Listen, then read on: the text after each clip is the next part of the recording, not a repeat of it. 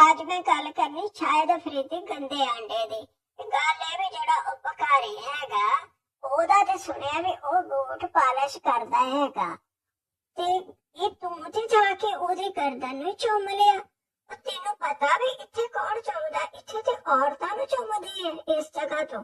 ਅੱਜ ਜਿਨ੍ਹਾਂ ਦੀ ਸ਼ਾਦੀ ਹੋਈ ਆ ਜਾਂ ਜਿਹੜੇ ਪਿਆਰ ਮੁਹੱਬਤ ਕਰਦੇ ਆ, ਠੀਕ ਹੈ।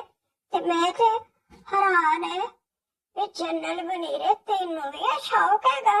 ਤੈਨੂੰ ਪਤਾ ਇਹ ਜਿਹੜਾ ਗੰਦਾ ਆਂਡਾ ਆ ਇਹ ਤੇ ਬਾਲ ਨੂੰ ਦੰਦੀ ਵੱਢ ਲੈਂਦਾ। ਇਹਨੂੰ ਤੂੰ ਉੱਥੇ ਜਗ੍ਹਾ ਚੂਸਣ ਦਿੱਤੀ, ਇਹ ਤੈਨੂੰ ਇਸ਼ਾਰਾ ਹੋਰ ਦਿੰਦਾ ਵੀ ਇਹ ਬੂਟਾਂ ਤੋਂ ਵੀ ਕੰਮ ਵਧਾ ਸਕਦਾ, ਇਹ ਕੁਝ ਚੀਜ਼ਾਂ ਨੂੰ ਚੁੰਮ ਸਕਦਾ, ਇਹ ਉਹਨਾਂ ਨੂੰ ਚੱਟ ਸਕਦਾ। ਮਨੀਰਿਆ ਉਹ ਧਿਆਨ ਰੱਖੀਏ ਦੰਦੇ ਵੱਢ ਲੈਂਦਾ।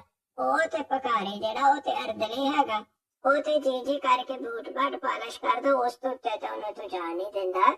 ਇਹ ਤੇ ਜਵਾਨ ਜਾਨ ਹੈਗਾ, ਇਹ ਨਾ ਵੀ ਤੇਰੇ ਦੰਦੇ ਵੱਢ ਲੈ ਤੇ ਤੂੰ ਕਿਸੇ ਨੂੰ ਦੱਸ ਨਾ ਸਕੇ। ਤੇ ਨਾਲੇ ਇਹ ਆ ਵੀ ਜੇ ਤੈਨੂੰ ਇਹ ਸ਼ੌਕ ਹੈਗਾ ਬਾਦਸ਼ਾਹ ਜੀ, ਤੇ ਇਹਦਾ ਮਤਲਬ ਆ ਵੀ ਕਾਮਲੇ ਤੇ ਬੜੇ ਸ਼ਰਮ ਦੇ ਮੁਕਾਮ ਹੈਗਾ ਆ।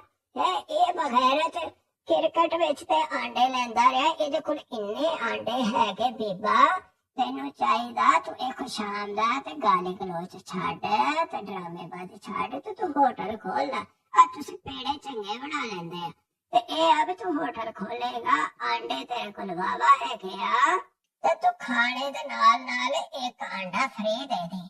ਤੇ ਜਿਹੜਾ ਤੇਰੇ ਕੋਲ ਵਾਧੂ ਸਟਾਕ ਆ ਔਰ ਨਵਾਜ਼ਾ ਜਿਹੜਾ ਬੋ ਹੈਗਾ ਉਹ ਤੇ ਆ ਚਪੜਾਸੀ ਇਹ ਵੇਲੇ ਹੁੰਦੇ ਨੇ, ਕੁਛ ਆਂਡੇ ਇਹਨਾਂ ਦੇ ਥੱਲੇ ਰੱਖ ਦੇ, ਇਹ ਕੁੜਕ ਵੀ ਬਹਿ ਜਾਣਗੇ ਤੇ ਕੁਛ ਚੂਚੇ ਵੀ ਨਿਕਲ ਆਣਗੇ। ਪਰ ਗੱਲ ਇਹ ਆ ਵੀ ਅੱਜ ਜਿਹੜਾ ਦੌਰ ਚੱਲਦਾ ਉਹਦੇ ਚ ਤਲੀਮ ਦੀ ਤਾਂ ਕੋਈ ਵੈਲਿਊ ਨਹੀਂ।